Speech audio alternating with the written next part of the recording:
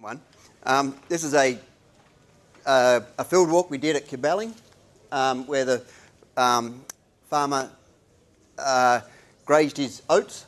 Now these were dry sown oats so they would have emerged in late May. Grazed for a week, about 300 ewes and lambs went into this paddock and was pulled out 2 days prior to us coming and having a look. And the growth response was fantastic. There was at least another 20 or 30 mils of growth in the 2 days since the sheep had been out from as the plants start to recover. And you can see how well grazed that looked. So if you can imagine what the crop would have looked like when he did pull the sheep out. They're only there for a week and they're grazed reasonably early. And the growth cage in the middle gives you an indication of where the crop would have been if you hadn't have grazed it. And that's just another photo, a bit closer look at how those plants actually looked when you pulled them out, when you pulled the sheep out. And that's a month later, just over a month later. Same paddock. You can see the growth cage in the middle there. The crop was a little bit higher and those sorts of things. The crop ended up yielding 4.1 tonne as well. Yeah, he had another paddock next door that he was hoping to graze, move those sheep out and put them to a paddock next door, but there was too much grass in that paddock, so he decided not to put that one because of the weed issue.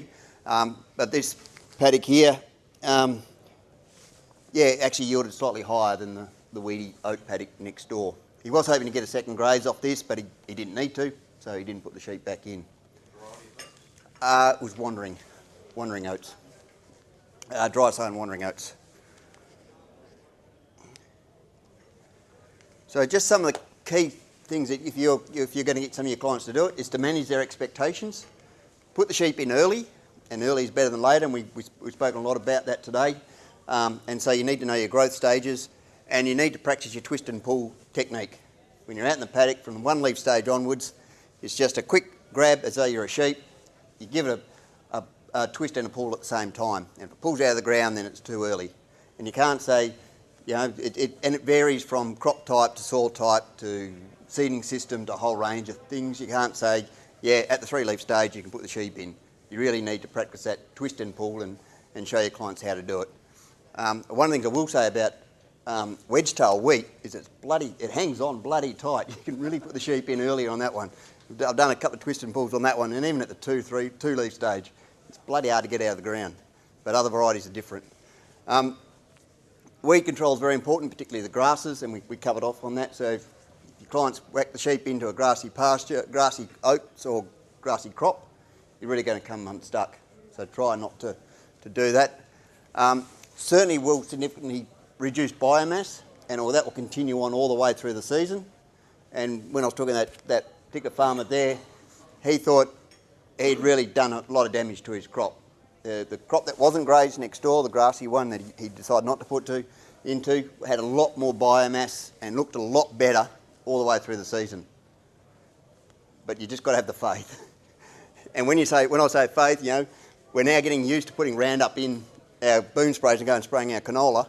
That's only faith. So you just got to have a go. That's all. Just got to have a go. And so certainly don't graze hay paddocks. You'll come unstuck there. And also you need to have this discussion with your clients now about those paddocks that you are going to graze and what is your plan to do that. You know, from a nutrition perspective, from a herbicide perspective, from withholding periods and all those sorts of things. So, and I think for grazing to become a part of our system, and as Rob has worked out, is that it's going to be a part of our system every year. It's not going to be one of the things, we might do it this year and might not do it next year and all those sorts of things. We're going to plan it and it's going to be part of our farming system going forward. And it's really going to work well for me in around Narrogin. We're a mixed farming system.